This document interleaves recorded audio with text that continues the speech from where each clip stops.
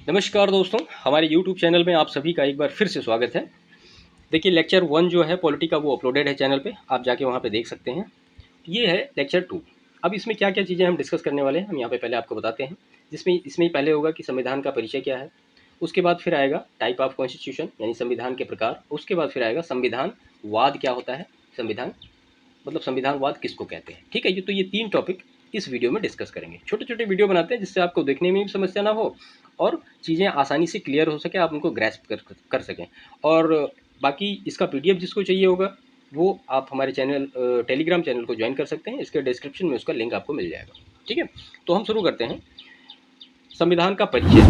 देखिए last lecture में हमने देखा स्टेट क्या होता है, उसके एम क्या होते हैं, उसके टाइप क्या होते हैं, और गवर्नमेंट होती है उसका एक ब्रॉड पर्सपेक्शन क्या होता है। उसके बाद कुछ पर्टिकुलर जो प्रावधान होते हैं, कॉन्स्टिट्यूशनल है, नॉन कॉन्स्टिट्यूशनल है, अनकॉन्स्टिट्यूशनल है। उसके बाद फिर एग्जीक्यूटिव ऑर्डर देखा, स्टैट्यूटरी ऑर्डर देखा, ये सारी चीज़ें हमने फर्स्ट लेक्चर में कंप्लीट कर ली हैं। आज हम देखते हैं कि संविधान क्या होता है, संविधान का परिचय। तो ये होता है एक विधिक दस्तावेज, देश की सर्वोत्तम विधि होती है, जिसमें क्या होता है, जिसमें सामान्य नागरिकों की समस्याओं का निराकरण होता है या निराकरण करता है। संविधान यही करता है। ठीक है, सरकार के विषय में जानकारी कौन देता है, तो सरकार के विषय में जानकारी हमें संविधान देता है। इसका अगर हम पार्ट की बात करें तो इसका गठन, संरचना, कार्य और दायित्व, जिसमें कि विस्तार और सीमाएं आती हैं। तो ये सारी चीज़ें जो है ये संविधान के अंदर आती हैं। ठीक है, तो ये एक बेसिक इंट्रोडक्शन हो गया कि संविधान क्या होता है, इसको आप याद रखिएगा। अब देखिए इससे अगर आपको मेंस में आगे इसको एक्सपेंड करना है तो आप यही कीवर्ड से ही इसको एक्सपेंड कर सकते हैं। विधिक दस्तावेज, देश की सर्वोच्चम विधि, सामान्य नागरिकों की समस्याओं का निराकरण करें, इससे तीनों से आप इसको बेहतर एक्सपेंड कर सकते हैं। ये मतलब एक मेन कीवर्ड हमने यहाँ पे लिखे हैं, जिससे कि आपको मेंस अगर एक्सपेंड भी करना है तो आप बेहतर इसको कर सकते हैं। नेक्स्ट उस पर आते हैं हम, संविधान निर्मित करने का उद्देश्य बहुत इंपॉर्टेंट है और ये कई बार मेंस में पूछा गया है, यूपी पीसीएस और यूपीएससी दोनों के, कि संविधान निर्मित करने का उद्देश्य क्या है, और कभी कभी ऑब्जेक्टिव में भी पूछा गया है ये। ठीक है, तो संविधान निर्माण का जो मेन उद्देश्य है, वो प्राथमिक उद्देश्य है, वो क्या है, सरकार का गठन।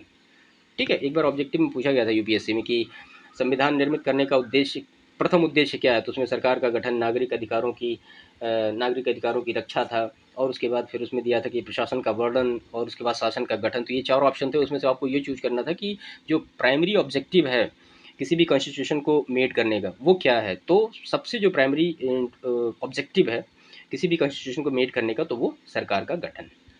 ठीक है, उसके बाद फिर आता है नागरिक अधिकारों की रक्षा, ये सेकंड जो ऑब्जेक्टिव होता है कॉन्स्टिट्यूशन को डेवलप करने का। क्योंकि देखिए अगर एक उदाहरण मैं दूं यहाँ पे आपको, तो यूएसए का अगर संविधान लीजिए आप, तो यूएसए के संविधान में बिल ऑफ राइट्स बाद में जोड़ा गया, यानी जो नागरिक अधिकार की रक्षा है वो बाद में जोड़ा गया, पहले संविधान बनाया गया था। ठीक है, तो इसीलिए ये नहीं कहा जाएगा कि नागरिक अधिकारों की रक्षा ही संविधान का प्राथमिक उद्देश्य है। संविधान का जो प्राथमिक उद्देश्य है वो सरकार का गठन करना है। उदाहरण के लिए मैंने आपको एक उदाहरण बताया कि यूएसए में जो बिल ऑफ राइट्स है वो बाद में जोड़ा गया, अगर इतना जरूरी होता, अगर वो प्राथमिक उद्देश्य होता नागरिकों की रक्षा करना, तो उसको पहले जोड़ा जाता। ठीक है, तो यहाँ पे इसको याद रखिएगा कि संविधान निर्मित करने का जो प्राथमिक उद्देश्य है वो सरकार का गठन, और द्वितीय उद्देश्य जो है वो नागरिक अधिकारों की रक्षा है। अब संविधान कितने प्रकार का होता है ये हम देखते हैं। देखिए संविधान जो होता है वो 4 प्रकार का होता है। एक तो होता है लिखित, एक होता है अलिखित, एक होता है नम्य या लचीला, और चौथा होता है अनम्य या कठोर। लिखित जो होता है संविधान वो एक दस्तावेज के रूप में होता है, वो रिटन होता है, जैसे कि यूएसए का कॉन्स्टिट्यूशन और इंडिया का कॉन्स्टिट्यूशन, ये रिटन है। अलिखित दस्तावेज क्या होता है कि ये कोई दस्तावेज के रूप में नहीं होता है, ये मान्यताओं या प्रचलनों पर आधारित होता है या न्यायिक निर्णयों पर आधारित होता है। यानी संसद के द्वारा कानून, विधि विशेषज्ञों की राय या उनकी पुस्तकों से इस तरह से कानून वहाँ पे बनाए जाते हैं कि जैसे कि यूके। ठीक है, अब कोर्ट ऑफ कंटेम्प्ट की बात करें तो यूके में नहीं है, इंडिया में है, यूएसए में है। ठीक है, ये क्वेश्चन भी कई बार पूछा गया कि कोर्ट ऑफ कंटेम्प्ट कहाँ है कहाँ नहीं है, तो यूके में कोर्ट ऑफ कंटेम्प्ट नहीं है। इसके बाद जो तीसरा इसका पार्ट है वो है नम्य या लचीला। तो नम्य या लचीला क्या होता है कि संविधान संशोधन की प्रक्रिया सरल हो, बहुत ज़्यादा टफ ना हो। तो जैसा कि यूके में है वहाँ पे, तो वहाँ पे जो संविधान संशोधन की प्रक्रिया है वो बहुत ही आसान है। उसके बाद चौथा पार्ट है अनम्य या कठोर, संविधान संशोधन की जटिल प्रक्रिया, जैसे कि यूएसए में। ठीक है, तो ये जो है टाइप ऑफ कॉन्स्टिट्यूशन है, जिसमें कि लिखित, अलिखित, नम्य और अनम्य। ठीक है, इसके बारे में पूछा गया है। कई बार ऑब्जेक्टिव भी आते हैं, कई बार सब्जेक्टिव भी पूछे जाते हैं। इसके बाद जो मेन एक हमारा टॉपिक है उसको हम कहते हैं संविधानवाद, कॉन्स्टिट्यूशनलिज्म। ठीक है, क्षमा चाहता हूँ अगर इंग्लिश का प्रोनाउंसिएशन कोई मिस्टेक हुआ तो इसमें संविधानवाद क्या होता है? संविधानवाद जो होता है वो सीमित सरकार की अवधारणा होती है। ठीक है, अब सीमित सरकार क्या होता है? देखिए, सीमित सरकार में एक तो संवैधानिक सरकार ऐसी हो जो कि निरंकुश ना हो, संविधान उसका सीमित हो और शक्तियों का उल्लंघन ना हो। जो पावर ऑफ डिवीजन होता है उसका मतलब उल्लंघन नहीं होना चाहिए। अब संविधानवाद के लिए अनिवार्य तत्व क्या क्या होने चाहिए? तो पहला होना चाहिए लोकतंत्र, दूसरा होना चाहिए शक्तियों का पृथक्करण यानी पावर ऑफ डिवीजन, और तीसरा होना चाहिए नागरिक अधिकारों की रक्षा। तो ये तीन तत्व अगर किसी भी संविधान में है तो हम उसको कहेंगे कि वहाँ पे संविधानवाद है। ठीक है, इसके बाद जो दूसरा इसमें है, संविधानवाद संविधान पर आधारित ऐसी राज व्यवस्था है जो सीमित सरकार की अवधारणा पर आधारित है।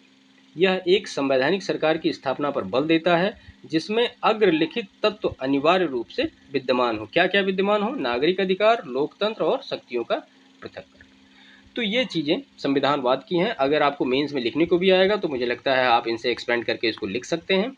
और अगर प्रीलिम्स में पूछा गया तो ये आप की फैक्ट जो तीन हैं इसको याद रखिएगा, नागरिक अधिकार, लोकतंत्र और शक्तियों का पृथक्करण। और एक इसमें डाइसी ने कहा है कि डाइसी ने विधि का शासन की अवधारणा संविधानवाद के समानार्थी है, ऐसा कहा है।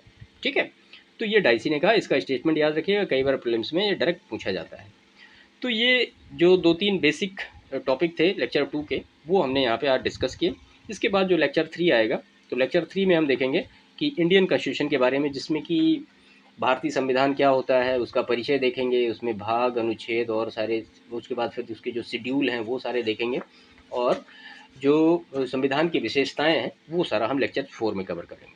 ठीक है, तो अभी तक हमने स्टेट के बारे में पूरा जान लिया, कुछ particular keyword, constitution, non constitution और अनकॉन्स्टिट्यूशन ये देख लिए। उसके बाद कॉन्स्टिट्यूशन का जो इंट्रोडक्शन है वो देख लिया पूरा, और उसके बाद देख लिया कि संविधानवाद क्या होता है और कॉन्स्टिट्यूशन जो निर्माण है उसका एम क्या है, what is the primary aim of the made a constitution. ठीक है, तो ये बेसिक चीज़ें जो कि अक्सर माइंड में बड़ी कंफ्यूज करती रहती हैं, तो इन सब चीज़ों को हमने यहाँ पे देख लिया। बाकी नेक्स्ट लेक्चर में हम इसके देखते हैं इंडियन कॉन्स्टिट्यूशन के बारे में ब्रीफ, पूरा सारी डिटेल। ओके, तो इस वीडियो को यहीं पे समाप्त करते हैं, मिलते हैं आपसे नेक्स्ट वीडियो में, तब तक के लिए आपका बहुत बहुत धन्यवाद।